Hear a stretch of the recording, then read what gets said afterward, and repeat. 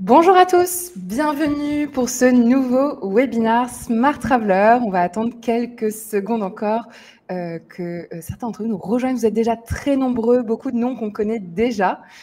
Bonjour Olivier, bonjour Frédéric, merci à tous de nous rejoindre. N'hésitez pas à vous présenter dans les commentaires, à nous dire qui vous êtes, d'où vous venez, pour quand est prévu votre projet d'expatriation ou si vous êtes déjà à Maurice, ça peut être le cas. Et bonjour Philippe, vous êtes nombreux déjà à nous rejoindre pour ce webinaire exceptionnel. Bonjour à Christophe qui dit bonjour Anaïs et Robin. Bonjour Luce. Bonjour à tous. Alors, vous continuez de nous rejoindre nombreux pour ce nouveau webinaire. Beaucoup d'entre vous nous connaissent déjà. Certains nous découvrent aussi. On est ravis de vous recevoir pour cette petite heure qu'on va passer tous ensemble sur ce grand thème. Bonjour Thibaut. Bonjour à Dimitri qui vient de Metz et Lorraine. Bonjour à Michel et Dominique qui nous écrivent depuis le parc du Pilat de la Loire. Il y en a certains qui sont déjà à l'île Maurice. Bonjour à Christine qu'on a eu la joie d'accompagner. Bonjour à tous, j'attends encore quelques secondes et on va pouvoir commencer. Bonjour à Popol qu'on a eu la joie d'accompagner. Bonjour à Manuel de Liège qui nous suit depuis longtemps également. Bonjour à nos voisins de la Réunion, Eric. Bonjour Eric. Vous êtes nombreux de partout. Bonjour de Savoie. Alors ça c'est Daniel. Bonjour à Daniel, bienvenue. Et on va pouvoir commencer. Bonjour à tous. Eh bien écoutez, je suis ravie de vous recevoir pour ce webinaire exceptionnel. Vous l'attendiez avec impatience. Je ne saurais dire le nombre de questions qu'on a eues depuis 2 mois, donc depuis qu'ont été évoquées la nouvelle loi de finances. Donc il y a d'abord une présentation du budget, puis il y a eu un finance bill, et maintenant on en est arrivé à la dernière étape de ce long process, le fameux Finance Act, la loi de finances qui est passée. Je suis Alban de Smart Traveler et je suis heureuse de vous accueillir pour ce nouveau webinaire. Beaucoup d'entre vous nous connaissent, mais pour ceux qui ne nous connaissent pas, un petit récapitulatif de ce qu'est Smart Traveler. On est une agence d'accompagnement à l'expatriation installée à l'île Maurice, on est dans le nord de l'île, à Pérébert pour être exact. On existe depuis 8 ans et notre cœur de métier, c'est l'accompagnement dans le cadre de l'obtention de votre permis ou visa de résidence ici à Maurice. On accompagne également sur toutes les dimensions de l'expatriation, que ce soit la recherche immobilière, que ce soit le déménagement, vos assurances, quel que soit le sujet autour de votre installation. Smart Traveler est là pour vous accompagner. Je suis très heureuse, ça fait longtemps qu'on fait désormais ces webinars et je sais que depuis l'annonce du budget 2025, beaucoup d'entre vous ont déjà vu circuler tout et son contraire sur les réseaux sociaux. En vrac, je vous le dis, est-ce que le visa premium va disparaître? Est-ce que l'investissement pour les permis va augmenter? On a entendu dire que les étrangers ne pourraient plus acheter ou revendre de biens, que la fiscalité change complètement. Alors aujourd'hui, l'enjeu de ce webinaire, avec vous tous qui êtes présents, eh bien, c'est de remettre les pendules à l'heure, tout simplement. Alors, j'ai le plaisir d'animer ce webinaire, comme vous pouvez le voir, avec 2 experts de terrain, 2 experts Smart Traveler, qui vont vous apporter un éclairage vraiment concret et fiable sur ce nouveau cadre 2025. Bonjour Anaïs, bonjour Robin, merci d'être avec moi aujourd'hui. Bonjour Alban, merci de nous recevoir, ravie de vous retrouver. Alors, bonjour tout le monde. Bonjour. Anaïs, est-ce que tu veux te représenter rapidement pour ceux qui, parmi nos auditeurs, ne te connaîtraient pas encore? Avec grand plaisir. Merci beaucoup, Alban, pour cette intro. Et bonjour à tous, ravie de vous retrouver à nouveau. Ça fait quelques mois que je n'avais pas fait de live et c'est vraiment un plaisir de vous retrouver. C'est toujours un superbe exercice et surtout, merci de toujours nous suivre et nous supporter. C'est vrai que vous êtes de plus en plus nombreux et ça nous fait chaud au cœur de pouvoir partager ce petit moment avec vous tous. Alors, petite présentation rapide. Je suis française et ça fait maintenant 8 ans que je vis à Maurice, dans le nord de l'île, à Péribert, plus exactement. Et surtout, ça fait 8 ans que l'aventure Smart Traveler a commencé aussi en parallèle. Et depuis, j'ai eu la chance d'accompagner des centaines de projets d'expatriation, que ce soit des familles, des freelances, des entrepreneurs ou retraités, chacun avec son propre parcours. Et c'est vraiment ce qui me porte dans cette aventure, que ce soit moi ou Smart Traveler, c'est vraiment de pouvoir partager avec vous, de vous transmettre les infos, les bons repères, et de vous donner un cadre rassurant pour votre changement de vie et que ce soit une vraie réussite comme ça l'a été pour moi et pour beaucoup d'autres aussi. Voilà, donc ravie de vous retrouver. Merci Anaïs pour cette introduction. Alors, je vois que certains disent qu'il y a un écho. Merci de nous préciser si vous nous entendez bien. Voilà, donc n'hésitez pas à nous le redire. Comme vous l'avez compris, Anaïs est notre General Manager ici chez Smart Traveler. Donc, elle est vraiment spécialiste des permis de résidence et des visas pour les expatriés. Et elle accompagne tous nos clients dans leur expatriation sur toutes les démarches administratives, légales ou fiscales liées à l'expatriation. Et Robin, maintenant, veux-tu prendre un petit moment pour te présenter également? Bien sûr, bonjour à tous. Merci Alban. Je suis ravi aussi de pouvoir être là avec vous tous, avec toutes les deux, pour qu'on puisse effectivement, comme tu l'as dit Alban, éclairer un petit peu la situation suite au budget. Moi, j'ai entendu aussi énormément de choses sur la partie immobilière depuis que le budget a été évoqué fin juin, début juillet. Tout et son contraire, des informations fiables, d'autres beaucoup moins. Donc, ça va être l'occasion de pouvoir évoquer un petit peu tous ces sujets-là.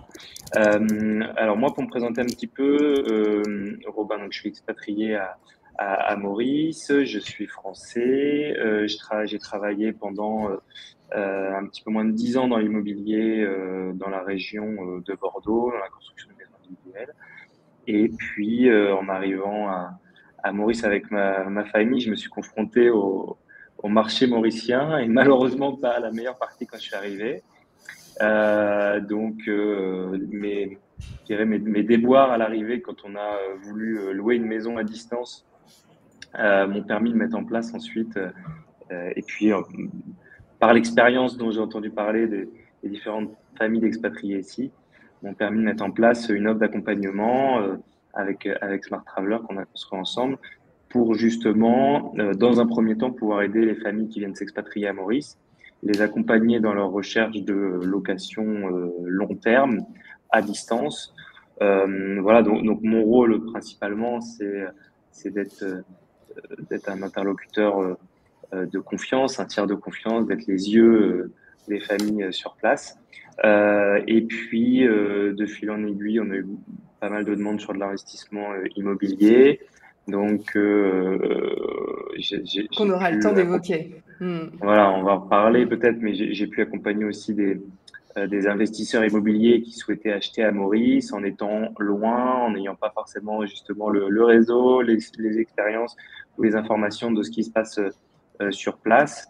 Je peux accompagner aussi des personnes qui souhaitent mettre en location les biens. Donc voilà, l'objectif, c'est d'avoir un accompagnement 360 degrés sur toutes les questions immobilières qu'un étranger peut se poser quand il souhaite louer ou investir à Maurice.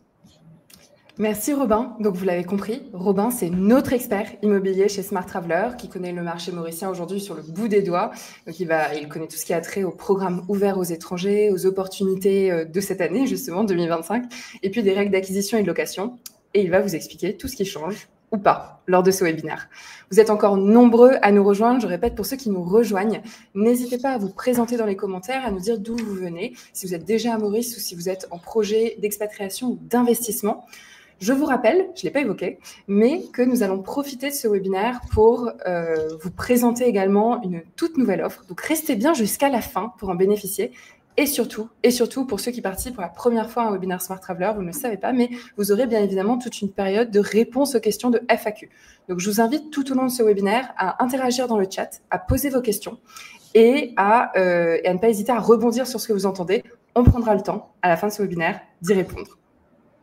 Alors, chez Smart Traveler, on accompagne chaque jour des familles, des freelances, des entrepreneurs qui veulent changer de vie ou diversifier leur patrimoine pour des investisseurs.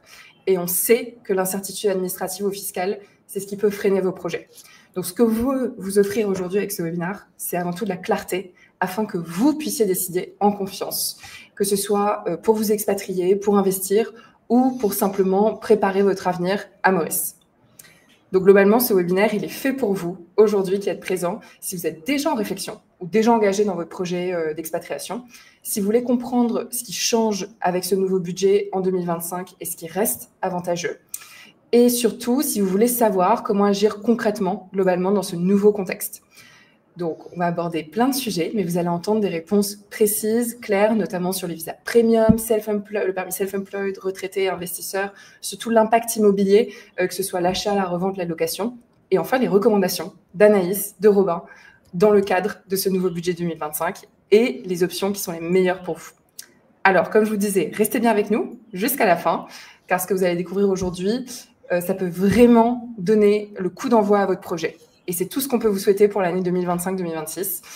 Et où vous évitez aussi tout simplement de commettre des erreurs coûteuses parce que vous n'auriez pas été assez bien renseigné. Vous allez pouvoir poser toutes vos questions, comme je vous disais. Donc, vous continuez, n'hésitez pas à intervenir dans le chat. Et notre nouvelle offre à la fin vous attendra. On démarre maintenant avec les premiers changements clés sur les visas et les permis en 2025. Alors, Anaïs, tu as déjà pu te présenter et parler de ton rôle chez Smart Traveller. Donc, je te propose qu'on enchaîne et qu'on revienne un petit peu plus sur l'historique de ces dernières années en matière de visa et de permis. Pourquoi ? Parce qu'il est important, parfois on lit des choses, on se dit « Oh là là, ça va être plus compliqué ou plus simple ou autre ». Il faut remettre ça dans le contexte historique de l'ouverture de Maurice à l'immigration étrangère et à la venue d'expatriés étrangers. Qu'est-ce que tu peux nous dire dessus ? Ouais, merci Alban. C'est vrai qu'avant de rentrer dans les nouveautés, je voulais prendre un petit moment pour revenir sur les grandes étapes de ces dernières années.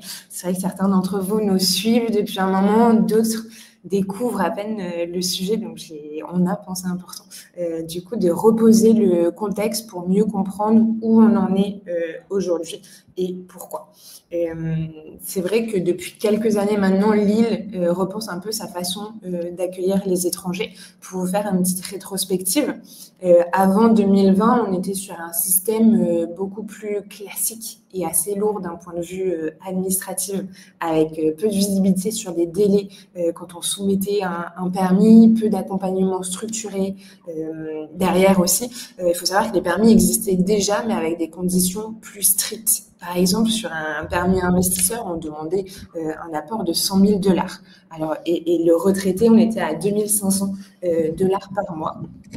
Et à l'inverse, les permis étaient valables de 3 ans, seulement là où ils sont valables 10 ans aujourd'hui. Ça a été le cas aussi pour mon propre permis quand j'ai fait ma demande en 2018. Donc ça date, on découvrait un petit peu les démarches au fur et à mesure, on n'avait pas toutes les infos, donc la procédure prenait plus de temps, il y avait beaucoup de va-et-vient entre les documents pour bien comprendre ce qu'il fallait. Et la plateforme de soumission venait à peine d'être lancée aussi. Avant ça, il y avait toute une étape où on déposait le dossier papier auprès des autorités directement. Donc vous imaginez aussi la transformation digitale qu'il y a eu dans ces années. Et en fait, c'est vraiment la crise Covid en 2020 qui marque un peu un tournant et surtout une importance de rester attractif que Maurice reste attractif pour les étrangers et l'importance de fluidifier le process, que ce soit pour les demandeurs, mais aussi pour les autorités.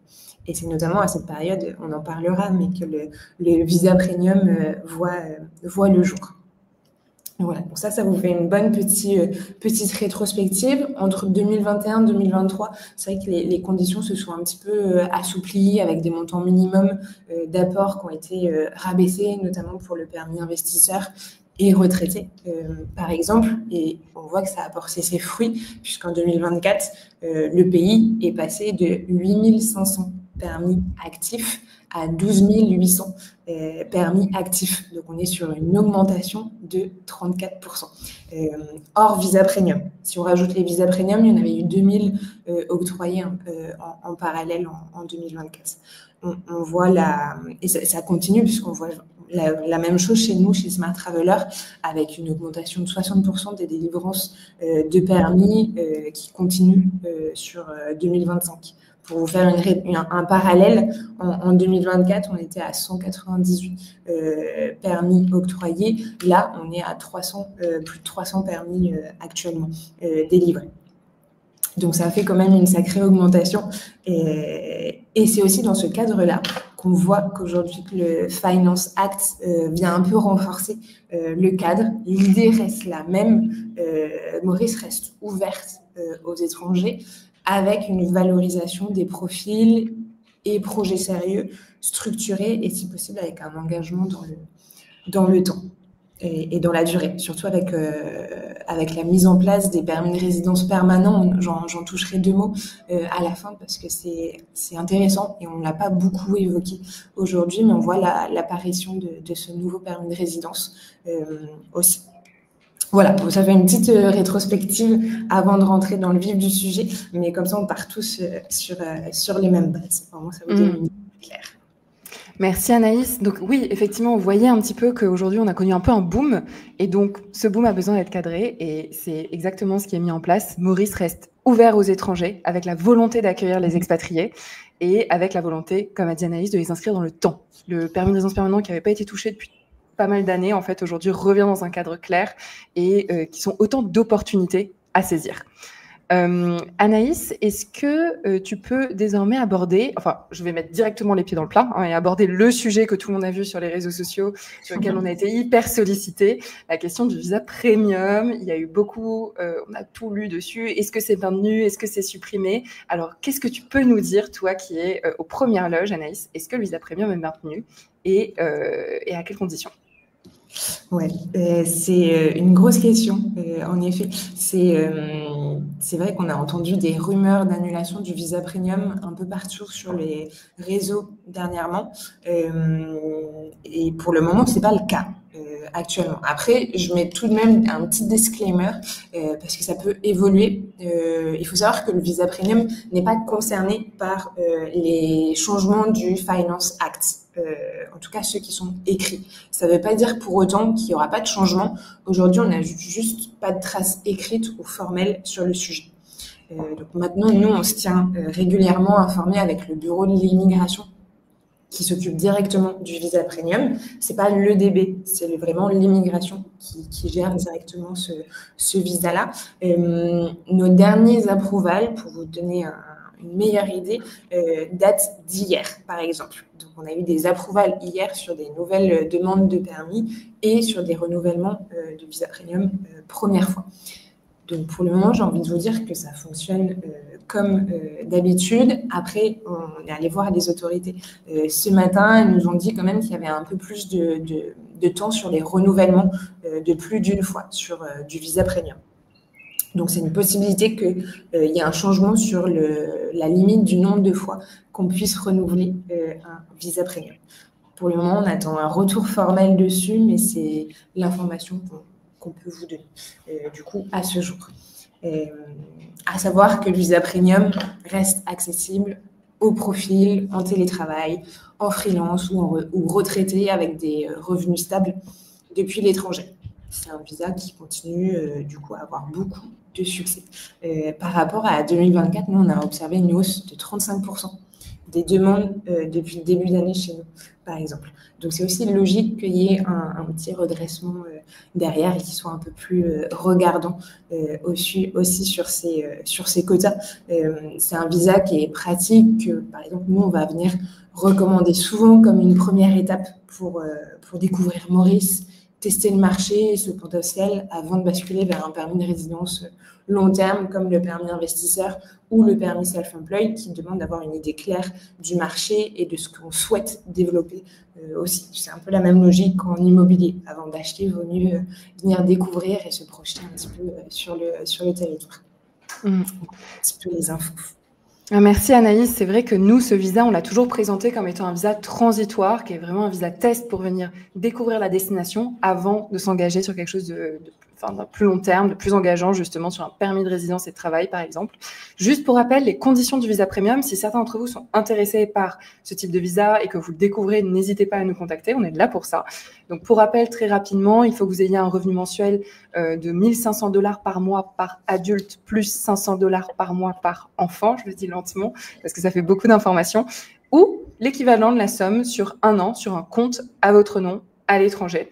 Il faut que vous soyez en année sabbatique, en pré-retraite ou en télétravail exclusif pour des clients étrangers.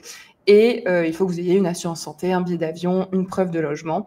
C'est un visa de 1 an, de 12 mois, renouvelable. à ce jour, si les conditions sont toujours bien remplies. Bien évidemment, tout ça reste à la discrétion des autorités. Mais comme vous l'a dit Anaïs, jusqu'à hier, on recevait des approbations pour le visa premium. Donc, pas d'inquiétude particulière, même si on suit la situation de près. Et bien évidemment, vous aurez des informations si besoin dessus. Alors, Anaïs, on enchaîne. Vous êtes beaucoup encore à nous rejoindre, donc n'hésitez pas à vous présenter dans le chat, à poser vos questions au fur et à mesure. On les marque et on prendra le temps d'y répondre au moment de la FAQ de ce webinaire. Alors, Anaïs, gros sujet effectivement pour la suite, qui est le fameux permis pour les auto-entrepreneurs, le permis self-employed. Il y a des changements. Est-ce que tu peux nous dire ce qu'il en est ? Oui, il y a des changements. Le permis self-employed est en effet celui qui est le plus impacté aujourd'hui. On le voit, on l'a vu de notre côté, on le voit depuis plusieurs mois. Les autorités, elles sont de plus en plus pointilleuses sur les profils soumis en tant que self-employed. Et du coup, je suis allée un petit peu regarder en préparant le webinaire les chiffres côté autorité pour mieux comprendre ce qui s'est passé et pourquoi on en vient à là. Et c'est vrai que sur les dernières années, en fait, le permis self-employed est celui qui a le plus augmenté.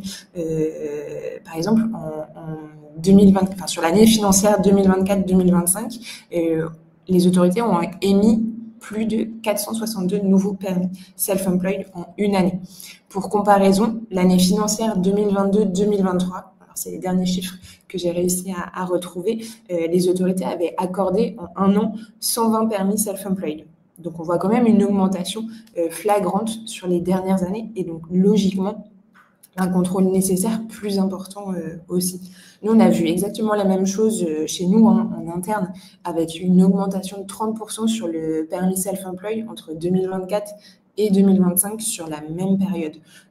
Là où avant, on avait une part de marché qui représentait 30% en 2022 des permis self-employed, en fait, elle a été réduite à 10% en 2024, mais avec l'augmentation des demandes. Donc, les chiffres parlent d'eux-mêmes et c'est pour ça que c'était intéressant de faire cette petite rétrospective pour mieux comprendre en fait pourquoi le permis self-employed a été durci, parce que ça ne vient pas de nulle part, c'est qu'il y a une raison aussi à part entière.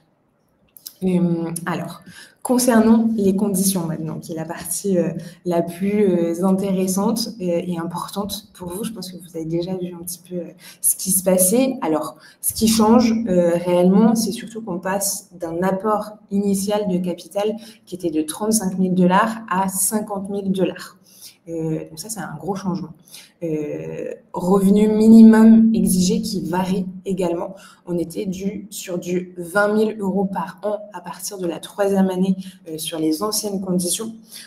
Aujourd'hui, les autorités vont demander 15 000 € par an dès la première année. Alors, les chiffres sur le tableau d'Alban sont en dollars et en roupies, qui est la loi.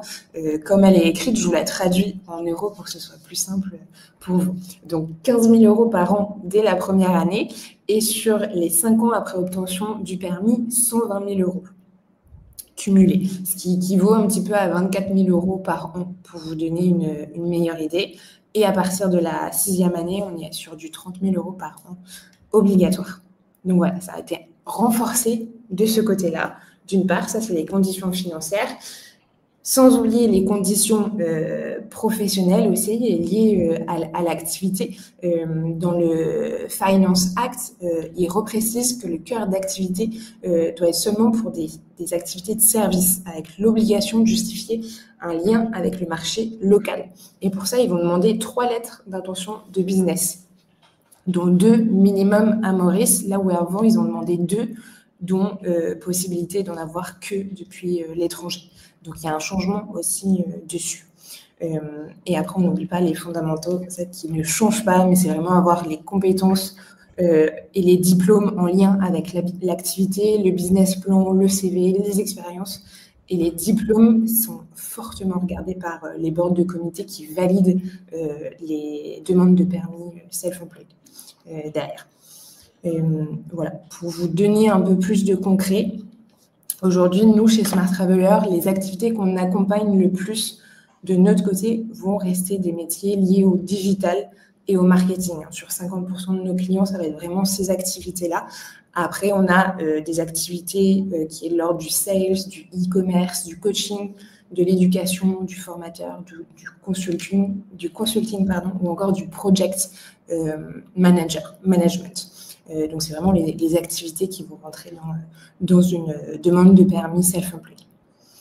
Voilà pour les changements. Ça fait déjà pas mal sur ce permis. J'espère que ça a été clair. Mais voilà ce qu'il faut retenir. Oui, merci Anaïs. N'hésitez pas à poser vos questions, bien sûr, sur le sujet. Alors, comme vous l'avez vu, il y a un certain nombre d'activités quand même qui sont plus, qui rentrent plus dans le cadre de ce que les autorités attendent et demandent. Bien évidemment, si vous ne rentrez pas dans les activités évoquées, nous, ce qu'on vous invite à faire, c'est à nous contacter, que vous soyez, je ne sais pas moi, dans le domaine de la santé, des thérapies ou autre. C'est parfois un peu plus délicat. Et donc, c'est là où Smart Traveler, lui, a mis en place, et c'est assez unique, je pense, assez novateur, on a créé depuis cette année, au vu des exigences des autorités, un comité interne chez Smart Traveler qui va venir analyser votre dossier et qui va venir vous demander des documents complémentaires pour une préanalyse gratuite de votre dossier pour s'assurer qu'on soit en capacité de vous accompagner vers la réussite. Et donc ça, aujourd'hui, c'est en interne avec notre comptable, avec toute notre équipe. On se penche sur le dossier, on l'analyse en profondeur, on vous fait des recommandations. Parfois, il suffit d'un diplôme pour rendre ce dossier solide face aux autorités. Donc, on va être là vraiment pour accompagner dessus. Alors, il y a quelques petites questions. Je vais les prendre tout de suite vu qu'on est sur le sujet self-employed. Une question un peu générale, Anaïs, sur la question des infos à jour. Comment est-ce qu'on fait, nous, pour connaître les formalités et surtout permettre à ceux qui le souhaitent d'avoir leur visa? Parce que souvent, effectivement, c'est l'expérience que font les étrangers quand ils s'y prennent seuls, c'est de réaliser que il manque un document, que c'est pas le bon, que c'est plus à date. Alors, comment est-ce que nous, on fait, Anaïs? C'est une très bonne question. J'ai envie de vous dire, c'est surtout l'expérience terrain. Alors oui, tu as la procédure administrative qui, sur le papier, est très logique très jolie et te donne un cadre. Et après, tu as l'expérience terrain. Et en fonction des dossiers qu'on a accompagnés, on sait, par exemple, sur tel sujet qu'on aura certainement une demande d'un document supplémentaire. Et on va venir le demander en amont dans la récolte. Comme ça prend pas plus de temps sur l'émission du dossier. Et après, on est sur place. Dès qu'on a une question, on va demander aux agents. On parle aussi autour de nous. On a des confrères, on a des fiscalistes, on a des avocats, des comptables. Donc, tout ça est un écosystème, en fait. Donc aujourd'hui, on s'est entouré de personnes de confiance et c'est ensemble qu'on regarde tout ça et qu'on vient avoir toutes ces réponses-là. Et voilà, c'est ça qui vous permet d'avoir accès à l'expérience Smart Traveler. Une autre petite question de Mouna Lynn qui demande comment faire pour les 2 lettres d'intention en local dans ce cas. C'est vrai que c'est pas toujours évident d'obtenir ces lettres en local. C'est pas toujours évident et du coup, c'est essentiel de venir prospecter un petit peu sur le territoire en amont, faire son réseautage aussi, voir qu'est-ce qu'il est potentiel derrière et avec qui vous allez pouvoir travailler aussi sur le terrain. C'est toujours intéressant. Alors nous, on a une communauté Smart Traveler aussi qui s'entraide, qui travaille aussi ensemble derrière. Donc ça permet en tout cas, ça aide dans l'obtention de ces lettres d'intention avec des clients locaux à Maurice. Sachant que ces clients locaux, ça peut être des Mauriciens, en effet, qui travaillent à Maurice, ça peut être aussi des étrangers ayant un permis de résidence et de travail à Maurice. Oui, on l'a vu encore, je crois que c'est cette semaine ou la semaine dernière, quelqu'un qui, sur la communauté Smart Traveler, a dit voilà, j'arrive, je suis dans le marketing. Et quelqu'un qui a dit qui est intéressé et un autre client qui a dit justement, je cherche quelqu'un, on discute et on voit peut-être qu'il serait intéressé pour faire du business avec cette personne. Donc oui, c'est tout à fait possible. On a une question, Anaïs, de François Charleux. Est-ce que les sommes demandées pour le self-employed, et ça va toucher à l'investisseur qu'on va regarder juste après, sont bloquées sur le compte ou pas? Ça n'était pas le cas actuellement. Non, c'est exactement la même chose aujourd'hui. Cette somme n'est pas bloquée. L'idée, c'est d'en disposer pour développer votre activité commerciale à Maurice. Mais elle n'est pas bloquée. Très bien. Et peut-être une dernière question, là, d'Emmanuel Orgeret. Est-ce que les modifications actées sur le permis self-employed sont applicables à ceux qui l'ont déjà obtenu ou pas? C'est une grande question. On n'a pas eu l'information encore actée. Donc, pour l'instant, on ne sait pas. On sait à partir de quand elles sont applicables, mais on ne sait pas si c'est rétroactif sur les permis déjà octroyés. Donc, dès qu'on aura la réponse, on vous donnera. Par exemple, si vous avez déjà votre permis self-employed, vous avez investi 35 000 $, vous n'aurez pas à investir a priori 15 000 $ de Oui, plus ça, à c'est ce sûr. jour. Donc, pour les Ouais. conditions d'obtention en tant que telles, ça, il y a une Ouais. date de début, on va vous l'évoquer. En revanche, pour les conditions de renouvellement, est-ce qu'il faudra être basé sur le budget 2025 ou pas? Ça, on revient vers vous très bientôt avec cette information, bien évidemment. Alors, eh bien, écoutez, je te propose qu'on avance, Anaïs. Est-ce que tu peux désormais nous dire un mot rapide? Ça aussi, c'est un gros sujet. Et là, je veux mettre un gros disclaimer sur la partie fiscale. Donc, on va aborder tout de suite les taxes individuelles. Ce qu'il faut savoir, c'est que ce webinaire aujourd'hui, il s'intéresse particulièrement au permis, à l'immobilier et aux taxes individuelles. Pour tout ce qui a trait à la fiscalité en général, nous préparons un webinaire exceptionnel avec notre fiscaliste dans quelques semaines qui va répondre à toutes vos questions. Donc, vraiment, continuez de nous suivre dessus. Et là, on va juste faire une petite approche de ce vaste sujet parce que tout simplement, on n'est pas les experts de la fiscalité. C'est vraiment notre fiscaliste qui va venir répondre à ça. Anaïs, est-ce que tu peux nous dire un mot rapide sur les taxes pour les revenus individuels? Oui, rapidement. C'est vrai qu'Alban l'a rappelé, mais n'hésitez pas à remplir notre formulaire pour être en contact avec Maud directement par la suite, qui pourra voir avec vous le meilleur schéma et ce qui correspond à votre profil propre. Ce que je peux vous dire à mon niveau, c'est qu'au préalable, il y avait un échelonnage des taxes individuelles sur différents paliers. On était à peu près sur 11 paliers selon vos revenus. Aujourd'hui, les paliers sont réduits à 3 uniquement. Donc, il y a les premiers 500 000 roupies de chiffre d'affaires qui sont à 0%, donc les premiers 10 000 euros. Les 10 000 euros suivants vont être taxés à 10%, et à partir de 20 000 euros, vous allez être taxé à 20%. Donc, c'est un barème qui s'applique à partir du 1er juillet 2025 et qui vient remplacer les anciennes tranches et du coup qui introduit l'exonération totale sur les revenus jusqu'à 10 000 euros par an. Voilà ce que je peux vous dire à mon niveau, mais définitivement, vous aurez plus de détails avec le prochain webinaire avec Maud qui va décortiquer tout ça et qui est en train de nous travailler tout un sujet dessus. Merci Anaïs. Alors je vois pas mal de questions, apparemment pour certains ça coupe, donc ne vous en faites pas, il y aura un replay qui partira juste après ce webinaire. Donc si vous avez des difficultés à le visionner, s'il y a un problème d'internet chez vous ou chez nous d'ailleurs, ne vous en faites pas, ça sera bien le cas.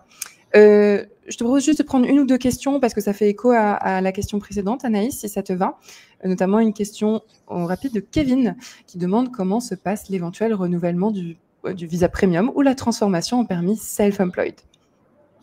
Alors, le visa premium, a priori, peut être renouvelé encore une fois si c'est un renouvellement. Donc ça, le but, c'est de soumettre un dossier en amont de l'expiration. Maintenant, si vous voulez transformer sur un permis self-employed, il faut lancer des démarches bien avant l'expiration de votre visa premium parce qu'il faudra un visa valide toute la durée de la procédure et jusqu'à obtention du permis self-employed. Donc ça, on conseille de s'y prendre minimum 4 mois avant expiration et pour faire le dépôt d'un dossier. Et pour ça, n'hésitez pas à réserver un petit échange avec nous, qu'on puisse échanger sur votre projet et voir comment monter le dossier ensemble. Alors, comme vous le voyez à l'écran, donc on a mis des tableaux. N'hésitez pas à prendre des captures d'écran de ce tableau si ça vous éclaire, notamment pour voir les nouveaux seuils de taxes et notamment à partir des 20 000 euros taxés à 20%. Il y a une petite question dessus à laquelle je me permets de répondre directement. On avance. Anaïs, alors, je vais aller trop vite. Quels sont les changements majeurs désormais pour les permis investisseurs? Qu'est-ce que tu peux nous dire dessus? Oui, alors le permis investisseur a été un peu moins impacté que le self-employed. Il faut savoir que c'est un permis qui a été le moins demandé en fait sur les dernières années, tout comme le permis retraité. Quand on regarde un petit peu les chiffres, ça reste des permis très actifs sur les dernières années, mais là où le permis self-employed, comme j'ai dit tout à l'heure, il y a eu plus de 460 permis émis en 2024, on compte 263 permis investisseurs émis pour 2024. Donc, il y a un décalage aussi dessus, ce qui rebondit sur les raisons du recadrage pour le self-employed aussi. Alors, concernant les conditions, ce qui change surtout, c'est l'introduction de 2 options selon l'apport financier. Donc, il y a une option 1 avec un apport de 50 000 $ qui ne change pas. Ça va être le revenu minimum qui va changer. On est à 30 000 euros à la première année et atteindre un cumul de 400 000 euros sur 5 ans après obtention du permis. Ce qui fait environ 80 000 euros par an, si on découpe ça par année. Et à partir de la 6e année, il faut justifier d'un revenu de minimum 100 000 euros par an. Là où on était finalement à 80 000 euros par an à partir de la 3e année. Et il y a l'option 2, où là, c'est un apport de 100 000 $ qui est demandé et les revenus qui vont changer en fonction de cet apport-là. On demande un revenu de minimum 20 000 euros dès la première année et une atteinte d'un cumul de 300 000 euros sur 5 ans après obtention du permis, soit 60 000 euros par an. Et à partir de la 6e année, on vient d'allier l'option 1 avec un revenu de minimum 100 000 euros par an. Voilà, écoutez, si vous avez des questions, donc pareil, vous voyez le tableau. Je vous invite tous les profils qui songent à un permis investisseur à tout simplement prendre contact avec nous. L'équipe Smart Traveler est là pour vous orienter, pour répondre à vos questions, pour établir le scoring de votre projet, pour vous mettre en relation avec une fiscaliste si besoin. Donc, on sait que c'est un gros sujet, on sait que c'est un vaste sujet. Et lorsqu'on prévoit d'investir à l'île Maurice, notamment dans le cadre d'un business, on a besoin d'être rassuré. Donc, on est là pour ça. Et je me permets de te poser une question du chat, Anaïs, une question de François Charleux. Pour le permis investisseur, combien faut-il de temps pour obtenir l'accord de principe environ ? On est sur du 2 mois, entre 2 et 3 mois après soumission du dossier avec les autorités. Alors après, il faut savoir que ça varie beaucoup en fonction de la période. Des fois, on a des dossiers qui sont approuvés en 1 mois, alors que d'autres sont en 2 mois, 3 mois.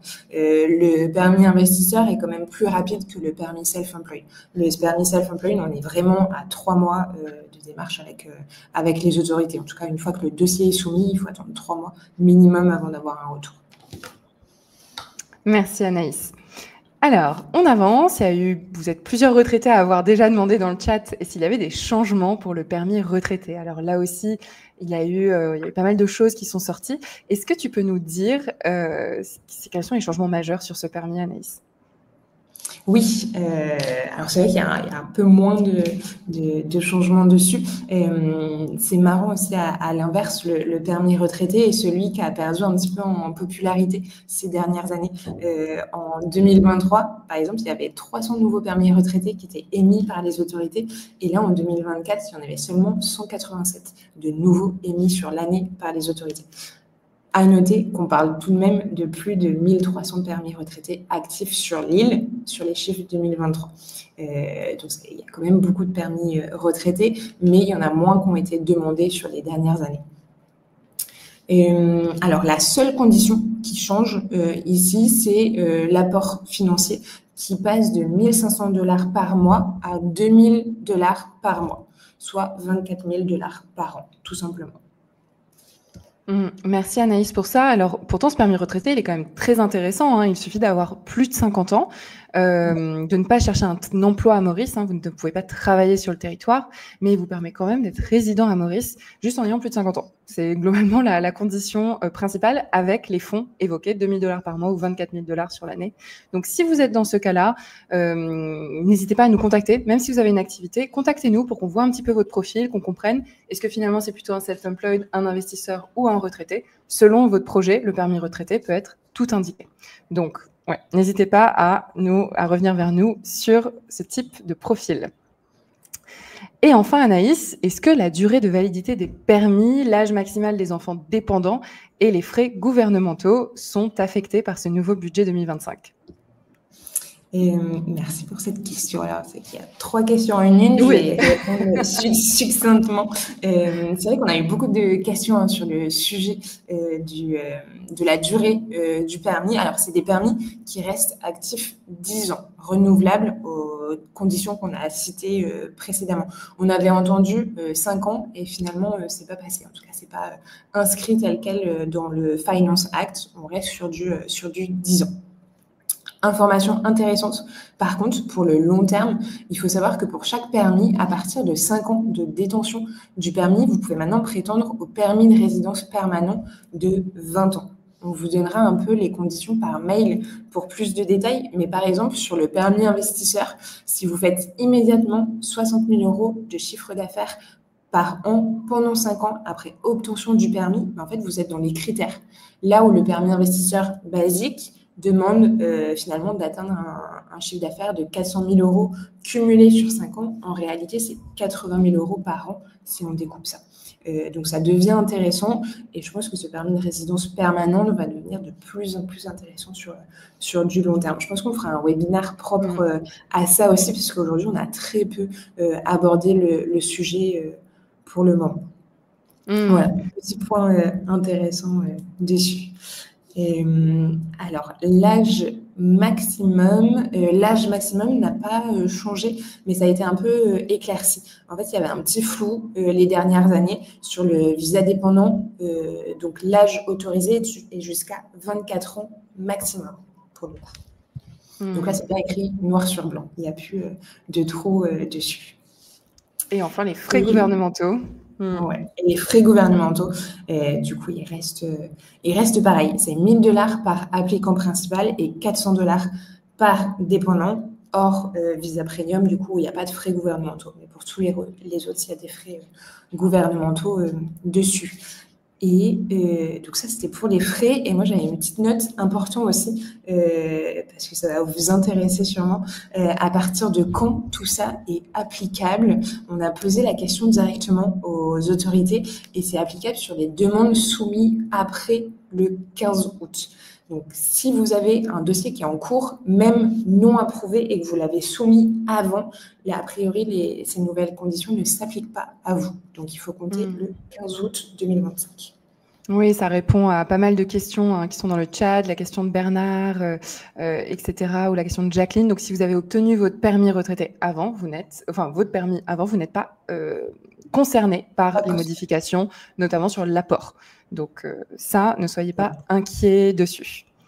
Merci, Anaïs. Alors, restez bien avec nous. Tous ceux qui attendent des réponses d'Anaïs, je vais prendre vos questions dans le cadre de notre FAQ, de notre échange tout à l'heure, nos questions-réponses. Mais je vous propose qu'on avance dans ce webinaire et qu'on aborde le fameux sujet de l'immobilier.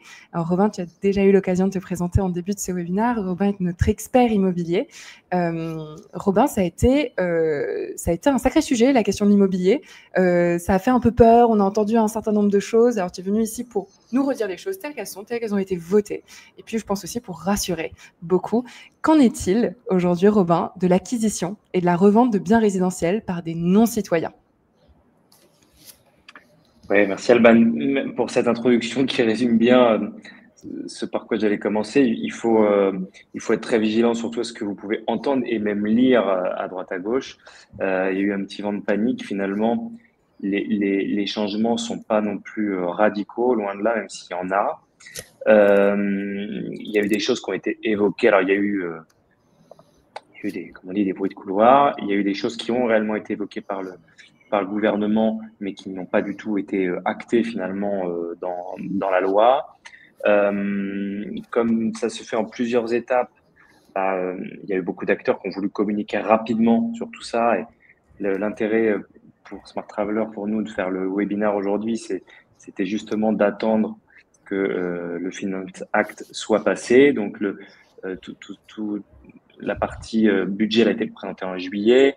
Il y a eu une approbation le 8 août et ça a été publié à la Gazette du gouvernement le 9 août. Et donc, c'est seulement depuis ce moment-là qu'on a des informations qui sont fiables. Donc, déjà, celles qui datent d'avant peuvent ne pas l'être. Qu'en est-il de l'acquisition et la revente de biens par des étrangers à Maurice?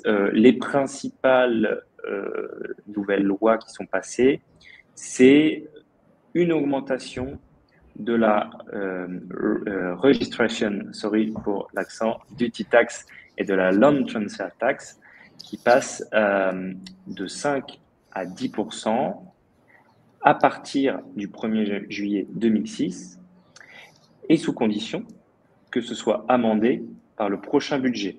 C'est-à-dire que pour l'instant,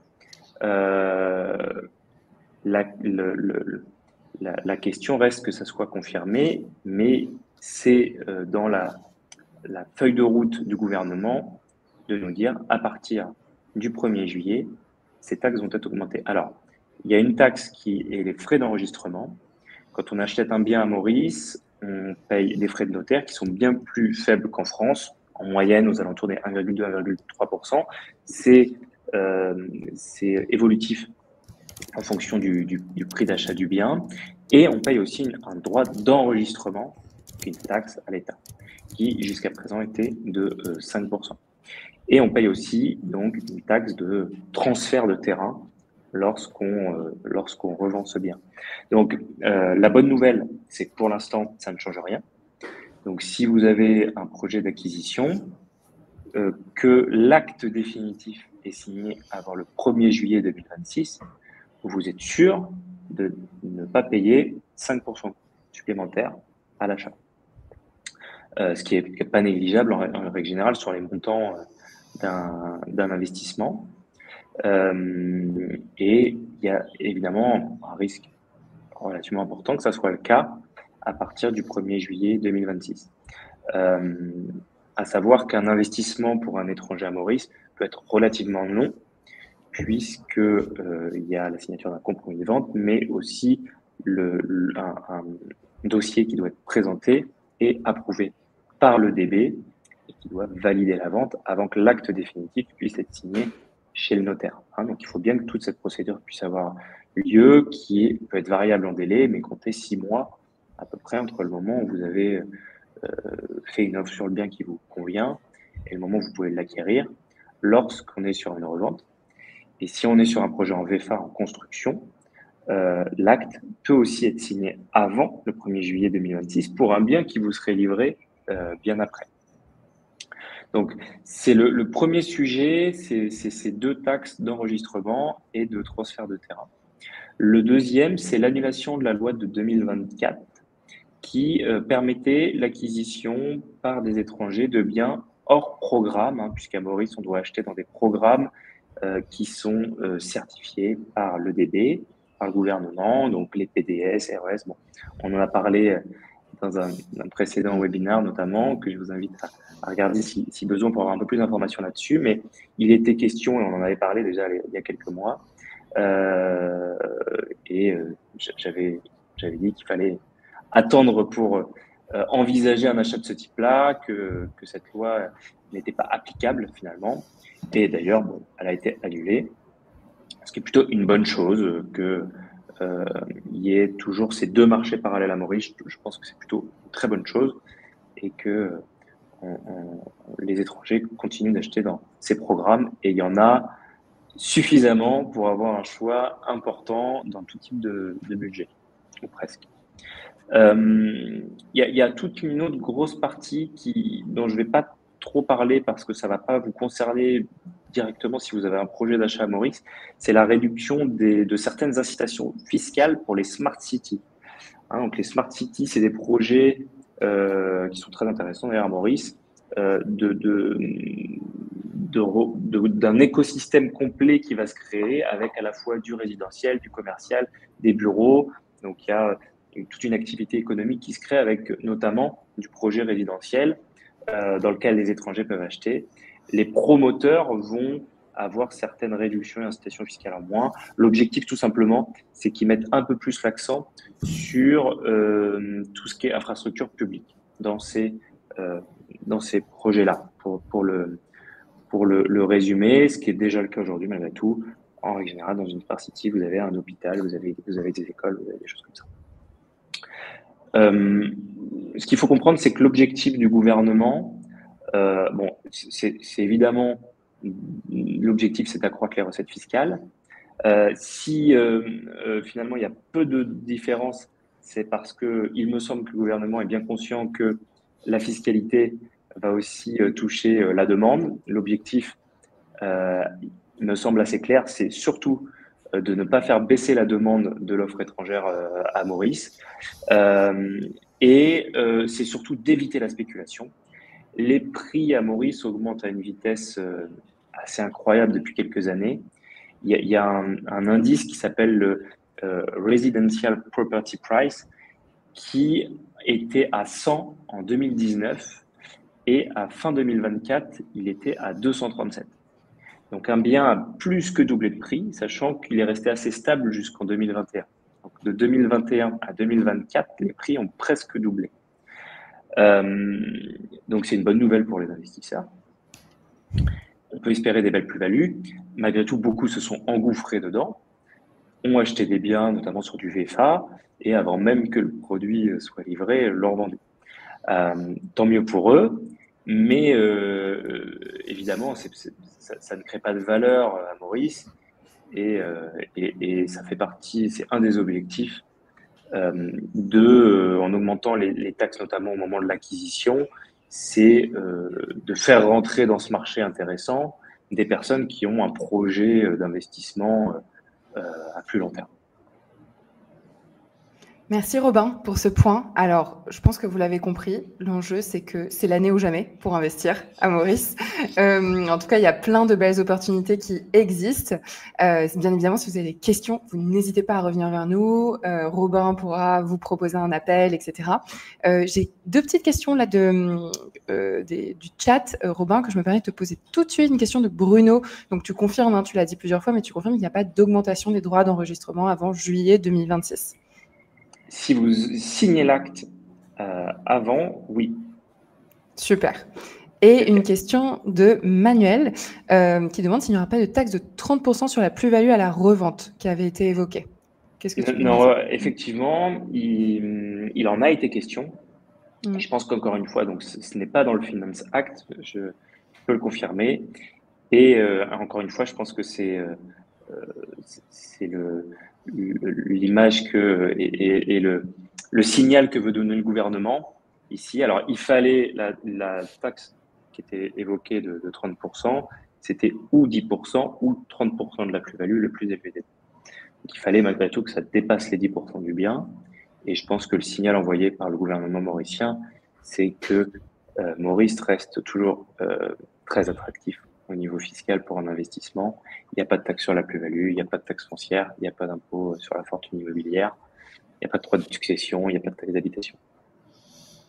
Merci Robin. Je propose qu'on avance parce que donc il y a différents types d'investissements. Vous pouvez faire des investissements personnels. Un autre type d'investissement qui est très intéressant à Maurice, c'est la question de l'investissement locatif. Donc, est-ce que aujourd'hui, Robin, il est toujours intéressant de faire de l'investissement locatif? Est-ce que les étrangers peuvent toujours le faire? Et comment est-ce que ça se passe, notamment pour tout ce qui a trait aux licences? Oui, alors bon, évidemment, moi j'en suis convaincu.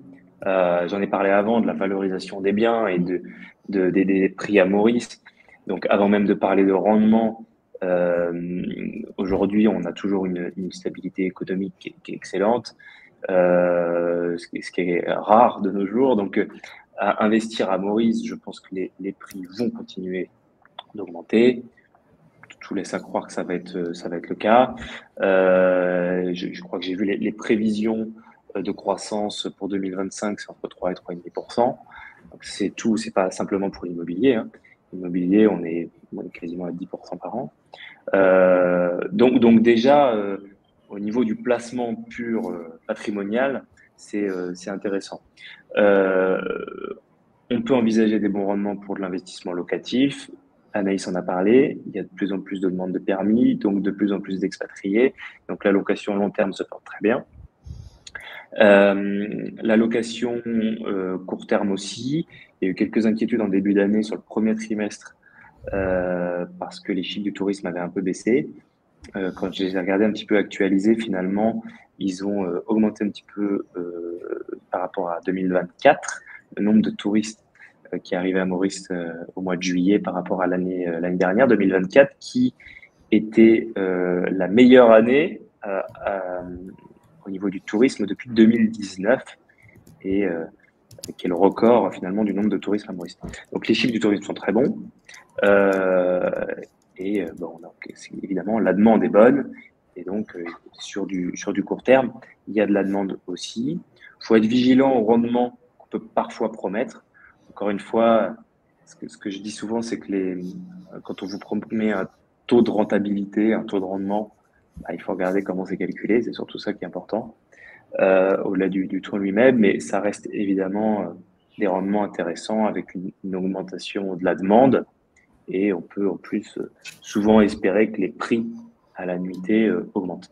Comment ça se passe? Alors, il faut savoir qu'il y a un élément qui change un petit peu. Il y a dans le Finance Act une nouvelle taxe touristique de 3 euros par nuitée. Ça ne change pas radicalement la phase d'un investissement, hein. Un logement qui est loué, si j'arrondis 20 nuits par mois, c'était 60 euros de taxe. Ça d'autant plus incite à plutôt se positionner sur des biens moyens haut de gamme, où finalement, en plus, cette taxe-là, elle va être absorbée, elle va être quasiment indolore si on a quelque chose de suffisamment haut de gamme. Et ça, c'est applicable à partir du 1er octobre 2025. Les conséquences des taxes à l'achat, si elles sont bien validées à partir de juillet, au pire, si l'investissement est légèrement réduit, on peut penser qu'il n'y a qu'une chose qui va arriver, c'est que sur le marché locatif, il va y avoir une augmentation des prix. Et donc, c'est plutôt bon pour les rendements. C'est particulièrement vrai aujourd'hui. Ce que tu disais, Alban, c'est qu'il y a des opportunités en ce moment. Alors, c'est le cas. Non seulement aujourd'hui, on passe avant les taxes, mais en plus, il y a eu un petit peu ce vent de panique, comme je disais au début, parce qu'on a annoncé plein de trucs, donc les taxes sur la plus-value, et puis plein d'autres choses qui ont été dites. Et moi qui suis en relation avec les agences immobilières au quotidien, beaucoup de projets ont été repoussés, voire même certains ont paniqué, ont été abandonnés. Donc il y a eu un petit coup d'arrêt sur le marché de quelques semaines, où finalement on a des propriétaires qui s'inquiètent un petit peu. Et j'ai vu quelques belles négociations dernièrement. Donc voilà, je pense que ça va pas durer, ce que le marché va reprendre. Je suis pas inquiet du tout pour le marché mauricien. Mais aujourd'hui, les vendeurs, ils ont envie de vendre, et quand ils ont un acquéreur, je dirais que là, pendant les prochaines semaines, il y a sûrement des coups intéressants à faire. Merci Robin. Donc oui, définitivement, soyez en veille, contactez Robin, donc contactez-nous globalement. Et j'ai une petite question ici de Kika qui demande, est-ce que la somme à investir de départ reste inchangée? C'est vrai qu'on l'a pas abordé. Qu'est-ce que tu peux nous dire dessus, Robin? Alors oui, non seulement la somme reste inchangée, mais il faut savoir surtout qu'il n'y a pas de somme minimum pour investir à Maurice en tant qu'étranger. On fait souvent l'amalgame entre le permis de résidence lié à l'investissement étranger et l'investissement. Sauf pour les projets R+2, qui sont des projets où il faut un investissement minimum de 6 millions de roupies. On y arrive de toute façon très vite, on le dépasse quasi systématiquement, même quoi qu'il arrive. Donc ça fait à peu près 120 000 euros pour arrondir. Donc voilà, on peut investir, peu importe la somme, à partir du moment où on investit dans un programme EDB Shame, et donc qui est accessible aux étrangers. Donc R+2, PDS, etc., IRS, RES. Peu importe, si vous avez des questions dessus, n'hésitez pas à contacter Robin, définitivement. Il suffit de nous envoyer un petit email, d'aller sur notre site web pour prendre contact avec lui, pour que vraiment il puisse vous donner plus d'informations sur les programmes qui existent et les opportunités, bien évidemment. Je peux donner une petite précision sur la question. Par contre, pour pouvoir demander un permis de résidence suite à un achat immobilier, il faut que l'achat dépasse les 364 000 $. Exactement. Et c'est un permis qui met à peu près 5 mois. Donc, c'est aussi à voir dans le cadre de votre projet de vie à Maurice, si un investissement immobilier en fait partie. Contactez-nous là aussi. Il y a la possibilité d'avoir un autre visa, par exemple un visa premium, dans l'attente de la délivrance du permis de résidence lié à l'acquisition immobilière. Mais en tout cas, cela vous permet d'avoir un permis qui dure autant de temps que dure le fait que vous soyez propriétaire de votre bien à Maurice. Donc, c'est pas du tout inintéressant. Et c'est un permis de résidence et de travail. Très intéressant aussi à avoir en tête. Robin, est-ce que tu as quelque chose en plus à me dire? Alors, tu as déjà un petit peu évoqué le marché, les opportunités. Est-ce que tu souhaites rajouter quelque chose sur le marché de l'investissement immobilier, ou si tu as des recommandations en la matière? Oui, en fait, on parle beaucoup de ce qui change, et si je peux finir sur une chose, c'est ce qui ne change pas. Les montants d'acquisition ne changent pas, les montants pour le permis de résidence ne changent pas, la fiscalité finalement à Maurice ne change pas sur les revenus fonciers. Il y a une différence qui doit arriver sur la fiscalité à l'achat et à la revente sur les biens, mais qui pour l'instant n'est pas applicable. Donc voilà, attention, oui, je me répète, mais à ce qu'on peut entendre, je vais là me répéter, mais il n'y a toujours aucune taxe sur la plus-value à Maurice, il n'y a toujours aucune taxe foncière, il n'y a pas d'impôt sur la fortune immobilière, il n'y a pas de droit de succession pour les résidents, hein, avec les conditions que les enfants soient résidents. Voilà, il n'y a pas de taxe d'habitation. Donc, oui, le marché, il reste attractif. Des potentiels de plus-value, quand on regarde un petit peu les chiffres, qui restent très intéressants. Des rendements qui restent intéressants liés au tourisme. Bon, voilà, ça rejoint un petit peu effectivement ce que j'ai dit avant. Je pense que les conséquences simplement de ces quelques modifications dans l'immobilier vont faire monter les prix à tout niveau, hein, pour les achats, pour les locations long terme, pour les locations court terme. Merci Robin, merci d'avoir éclairé sur la question successorale, il y avait eu quelques questions dessus. Bien évidemment, si vous avez des questions d'ordre fiscal, sur la fiscalité à Maurice, comme je vous dis, un nouveau webinaire va suivre dans quelques semaines. Vous pouvez aussi prendre contact avec nous dès à présent, tout simplement pour être accompagné par une fiscaliste de confiance sur toutes ces questions qui ont trait à la fiscalité, notamment dans le cadre de l'investissement immobilier.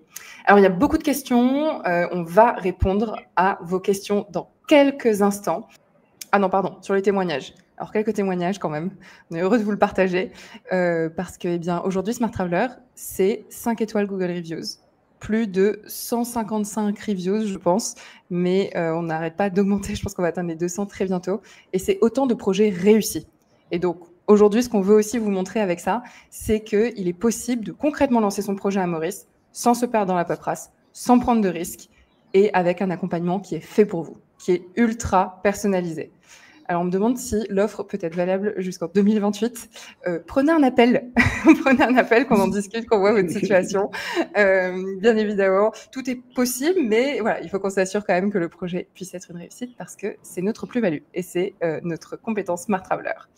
C'est bien. Eh bien, écoutez, je vous invite désormais à répondre à toutes vos questions et vous en avez beaucoup. On a déjà un petit peu dépassé le temps de ce webinaire, donc je vais en sélectionner les plus importantes et on commence tout de suite avec des questions sur l'immobilier pour toi, Robin. Alors, le marché de l'immobilier à Maurice est-il actuellement tendu ou existe-t-il au contraire un large choix aussi bien à la location qu'à la vente? Que peux-tu nous dire, Robin, dessus? C'est une question d'Halloween. Ouais, il est plutôt tendu. Il est plutôt tendu. Alors, ça construit beaucoup à Maurice, hein. Ceux qui y sont ou qui y viennent vont s'en rendre très vite compte dans toutes les régions. Donc, l'offre, elle est en train d'augmenter, mais aujourd'hui, elle ne suit toujours pas la demande. Donc, je parlais des chiffres tout à l'heure. Voilà, il y a de l'offre qui est en train d'arriver. Il y a aussi un marché qui commence à être un peu plus mûr sur la revente, parce que les programmes accessibles aux étrangers ont maintenant quelques années, donc on trouve de plus en plus de reventes, mais le marché reste plutôt tendu. Ça dépend des secteurs, mais il y a une demande importante avec une offre qui reste relativement limitée. Merci Robin pour la réponse à cette question. Alors, question suivante. Ça arrive. Donc, une question de Steve Sitim sur la question de la licence touristique. Alors, c'est vrai que tu l'as évoqué, on a la possibilité d'obtenir la licence touristique pour la location court terme. C'est une licence qui n'est pas facile toujours à obtenir, qui demande juste en fait de la patience, hein, globalement. Qu'est-ce que tu peux nous dire dessus aujourd'hui? Est-ce que c'est plus intéressant de passer sur du long terme? Est-ce qu'il vaut quand même mieux tenter l'aventure du court terme? Qu'est-ce que tu peux nous dire dessus, Robin? Ça dépend du projet, ça dépend quel est le projet. Si c'est le projet, c'est absolument d'aller chercher le meilleur des rendements ou s'il est différent. Ça peut être un projet aussi. Moi, j'ai accompagné, j'ai beaucoup de demandes sur des personnes qui, j'ai rarement une demande sur un projet ou de personnes qui viennent purement faire du rendement, aucun lien avec Maurice, qui sont jamais venus. Il y a souvent un lien avec Maurice et beaucoup souhaitent utiliser leurs biens quelques semaines par an ou autre. Dans ce cas-là, évidemment, le court terme est logique. On a des meilleurs rendements, évidemment, avec du court terme, mais effectivement, il faut obtenir cette licence de touriste qui n'est pas évidente à obtenir, qui a été un sujet réel chez Smart Traveler pour qu'on arrive à mettre en place un accompagnement pour aider nos clients à obtenir cette licence. Il faut se conformer à pas mal de choses, mais évidemment, il est toujours possible d'obtenir cette licence et de le faire légalement, puisque bon, c'est pas le cas de tout le monde.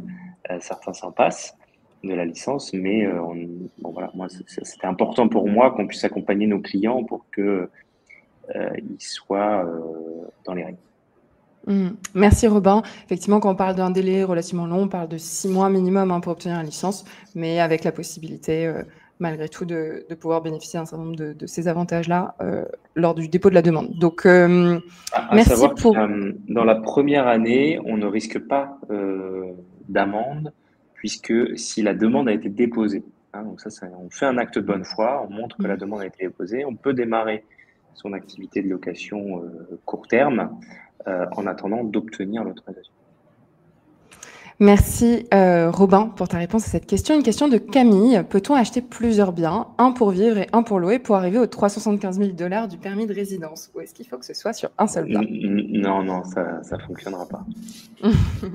Malheureusement, il faut que ce soit sur un seul bien, en une seule fois en tout cas. Très important, mais merci d'avoir posé la question parce que cette question revient souvent. Alors, une autre question, plutôt pour toi, Anaïs. Vous avez mentionné les délais d'obtention des visas self-employed et investisseurs. Est-ce que tu peux indiquer quel est le délai pour obtenir un visa premium? Oui, alors on a un délai généralement aux alentours des 2 mois pour l'obtention d'un visa premium une fois le dossier soumis auprès des autorités. Pareil, ça varie énormément en fonction du taux de demande, enfin, du nombre de demandes et que les autorités ont actuellement à traiter. Maintenant, ça ne veut pas dire que vous ne pouvez pas rentrer sur le territoire mauricien. Vous pourrez rentrer sur le territoire mauricien en visa touriste aussi dans un premier temps. Voilà ce que je peux dire. Merci Anaïs. Une question de Salvatore Picarella qui nous demande: est-ce qu'on peut, en tant qu'agent immobilier, obtenir le permis self-employed? Est-ce que c'est possible? Est-ce que c'est recommandé? Et qu'est-ce que tu peux nous dire sur cette petite étude de cas? Oui, ça fait partie des activités qui ne sont pas recommandées sous self-employed. Malheureusement, c'est des activités qui sont régies, hein, qui demandent certaines licences, certaines autorisations derrière. Donc nous, c'est pas des activités qu'on va venir forcément recommander en self-employed. Ça va être plutôt des investisseurs ou créations d'entreprises ou bien une autre typologie de métier qui peut être liée à l'immobilier, mais pas agent immobilier en tel cas. Merci Anaïs. Alors une question de Ahmed qui nous demande si on peut renouveler le self-employed avant son terme. Donc par exemple renouveler à partir de la 3e année. Alors le permis self-employed, pour clarifier, c'est un permis de 10 ans. Donc en fait, c'est à partir de 10 ans qu'on va pouvoir commencer à le renouveler. Maintenant, pour rentrer dans ces conditions de renouvellement, il faut bien avoir atteint les chiffres d'affaires qui sont demandés et dès la première année maintenant. Donc c'est ça qui compte. Allez, je vais prendre quelques questions encore, pas tellement plus. Une question de Guy. Bonjour Guy. Les capitaux doivent-ils venir de l'étranger ou un capital déjà à Maurice peut-il être utilisé? Donc ça, c'est pour l'obtention du permis, donc les conditions d'obtention. Que peux-tu nous dire, Anaïs? Ouais. Ils doivent provenir de l'étranger obligatoirement. Donc, il y a une demande de preuve de la part des autorités quand on finalise la démarche de permis. Donc, on a besoin de cette preuve comme quoi ça vient bien de l'étranger. Merci. Une question de Camille pour le permis retraité. Quand on parle des 2 000 $, est-ce que c'est par personne ou est-ce que, par exemple, ça peut couvrir pour le couple? Pour le permis retraité, c'est pour le couple. Donc, on parle de 2 000 $ pour le couple qui est un ou deux visas dépendants rattachés. Ça ne va pas changer. C'est différent sur le visa premium. Attention, hein. Le visa premium, c'est par personne, les conditions. C'est 1 500 $ par adulte et 500 $ par enfant. Mais permis retraité, c'est pour le couple. Oui, donc vous voyez, c'est pour ça on disait ça reste un permis qui est très intéressant. Aujourd'hui, c'est un des permis les plus accessibles, hein, vraiment, que ce soit en termes de conditions, à la condition évidemment que vous ayez plus de 50 ans. Une question de Jacqueline. Alors, c'était encore quelque chose, effectivement, qu'on a beaucoup vu circuler, qui a été évoqué, la question du temps minimum de présence à Maurice. Qu'en est-il? Je suis actuellement en France et Jacqueline se pose la question. Qu'est-ce que tu peux nous dire dessus, Anaïs? Oui, c'est vrai qu'elle a été évoquée, qui demandait dans l'annonce du budget d'avoir 6 mois de présence à Maurice. C'est pas passé a priori dans l'acte, dans le Finance Act. Donc, il n'y a toujours pas de besoin de rester 6 mois à Maurice ou plus pour le permis retraité et tous les autres permis d'ailleurs. Le seul point important, c'est pour votre résidence fiscale. Ça, c'est 6 mois de présence sur les territoires. Là aussi, si ça joue sur la question de la fiscalité, notre recommandation, bien évidemment, c'est de prendre contact avec nous, qu'on puisse établir votre profil fiscal et vous mettre en relation avec une fiscaliste qui correspondra à ce profil et à vos questions. Donc, n'hésitez pas, s'il y a un enjeu de fiscalité dessus, vous nous contactez et on pourra prendre le relais. Alors, une question de Mathilde. Est-ce que les enfants dépendants ont le droit de travailler si les parents ont le permis investisseur ? Et non, un visa dépendant n'est pas un permis de travail, c'est un permis de résidence seulement. Donc, les dépendants n'ont pas le droit de travailler, que ce soit époux ou épouse d'ailleurs, ainsi que les enfants. Pour ça, s'ils veulent travailler, il faudra avoir leur propre permis de travail. Donc, rentrer dans ces catégories, self-employed, investisseur ou professionnel aussi. On n'en a pas parlé parce que ça n'a pas trop, il n'y a pas eu trop de changements dessus pour les salariés en entreprise. Voilà, exactement. Donc, si vous avez des enfants concernés, contactez-nous. Une question de Adam. Est-ce possible de faire une demande de résidence permanente immédiatement sans passer par un autre permis avant? Sans passer par le permis self-employed, en l'occurrence. Non, malheureusement, parce que la condition pour obtenir le permis de résidence permanente, c'est que vous pouvez faire la demande 5 ans après avoir obtenu un permis self-employed ou permis retraité ou investisseur. Donc, on obtient ce permis-là et 5 ans après, on peut faire le dépôt de la demande du permis de résidence permanent si on est dans les conditions. Et ce dépôt-là, il faut les faire dans les 6 mois minimum après cette 5e année. Derrière. Une question de Manuel. Faut-il toujours le visa premium pour ensuite venir en self-employed? Non, ça va dépendre de votre situation en fait. Mais l'objectif quand on vient faire un permis self-employed, il faut avoir un visa d'arrivée valide. Donc si vous n'êtes pas encore sur le territoire, ça va être un visa touristique valide. C'est des visas de 3 mois prolongeables 3 mois, ce qui fait 6 mois, ce qui donne largement le temps de finaliser les démarches pour le permis self-employed. Maintenant, si vous avez déjà fait tous vos 6 mois, et avant expiration du visa touriste, il faudra faire un visa premium si vous voulez finaliser les démarches self-employed sur place pour le coup. Une question pour Robin, et après je ne vais pas tarder à terminer ce webinaire parce que vous avez beaucoup de questions, mais ne vous en faites pas, si des questions ne sont pas répondues, on prendra le temps dans une FAQ d'y répondre. Petite question pour Robin, une question de Philippe. Peut-on acquérir un bien immobilier en crypto? Qu'est-ce que tu peux nous dire dessus, Robin? C'est une très bonne question, parce que je suis vraiment nul sur la partie crypto. Alors j'ai entendu dire qu'il y avait pas mal de choses qui changeaient sur la crypto dernièrement à Maurice. Mais là c'est une colle, j'en sais rien. J'ai jamais vu ça. J'ai jamais été. Moi, la dernière fois que j'ai échangé avec une de nos agences partenaires sur le sujet, elle nous a dit que ça n'était pas possible. C'est pas quelque chose qui rassure beaucoup ni les banques ni les propriétaires. Donc peut-être qu'à l'avenir ça sera le cas. En tout cas, n'envisagez peut-être pas dans le cadre de votre investissement de penser crypto. Si vous pouvez transformer vos cryptos en devises locales, dollars ou euros, ça sera beaucoup plus simple. Exactement. Allez, je prends une dernière question. Et après, on répondra à toutes vos questions dans le cadre de notre FAQ qui suivra ce webinaire. Une question pour toi, Robin. Est-ce que tu aides aussi à la recherche de vente ou location de biens commerciaux? C'est pas du tout ma spécialité. Je suis plutôt sur le résidentiel. On pourrait... c'est Mathilde, ça, tu m'as dit? On pourrait en reparler ensemble, si vous souhaitez, pour que je comprenne le projet, voir si je peux vous aider. Mais c'est un marché qui est bien différent. Donc, en tout cas, c'est pas ma spécialité. En revanche, est-ce que tu peux peut-être redire très rapidement tout ce qui a trait, c'est une question d'Alwyn qui posait la question, si tu peux accompagner dans la recherche et la location d'un logement longue durée, est-ce que tu as une offre dédiée à ce service? Est-ce que tu veux nous... Bien sûr. C'est d'ailleurs c'est mon cœur de métier initialement, c'est d'accompagner pour de la location longue durée. Avant tout, lorsqu'on s'expatrie à Maurice, en pouvant faire avancer le projet à distance et sans se tromper à l'arrivée. Donc oui, bien sûr. Et il est possible de directement passer par un package clé en main avec Smart Traveler qui permet d'avoir et le visa et mon accompagnement immobilier et l'accompagnement de Charlotte pour faciliter l'arrivée Donc ça, voilà, n'hésitez pas à prendre rendez-vous pour qu'on puisse vous expliquer un petit peu ces solutions-là. Très bien. Merci beaucoup, Robin, pour ça. Alors, on me signale, allez, une dernière petite question. Pour toi, Anaïs, est-ce que venir en couple, être considéré comme un couple lorsque l'on est pacsé, c'est possible? Est-ce que le conjoint pacsé peut être dépendant du permis principal? Anaïs, qu'est-ce que tu peux nous dire dessus? Oui, c'est possible. Et souvent, on a cette question-là. À Maurice est reconnu le mariage forcément, mais aussi le PACS et l'acte de concubinage signé en mairie en amont. Donc, ces 3 documents vous permettent de rentrer dans la catégorie visa dépendant pour l'accompagnant par derrière.